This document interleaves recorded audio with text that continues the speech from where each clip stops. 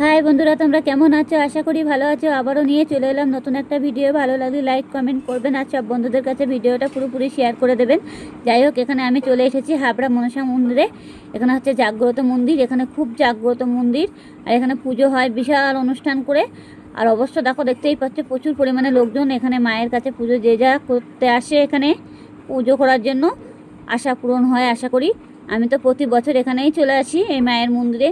আর এটা হচ্ছে পুরো জাগ্রত মন্দির। মন্দির হচ্ছে হাবড়া থেকে মনসা বাড়ি বললে যে কেউ নিয়ে যাবে। ভ্যানেলাকে বললে যে হাবড়া নেমে হাবড়া প্ল্যাটফর্মে নেমে মনসা বাড়ি বললে ভ্যানেলা যে কোনোভাবে নিয়ে যাবে, সব ভ্যানেলাই নিয়ে যাবে।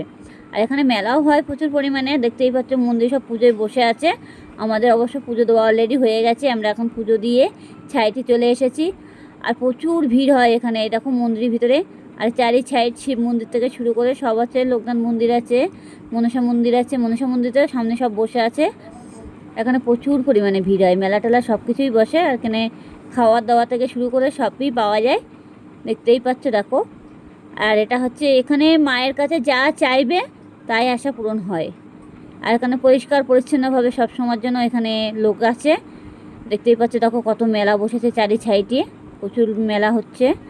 এই যে জিনিসপত্র কী কিনবে, কে কী কিনবে কি না সেটা দেখার জন্য সব কিছুই এখানে দেখতেই পাবে। আর সব কিছুই পাবে এখানে।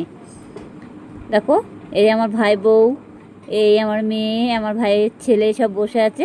পুজো অলরেডি হয়ে গেছে।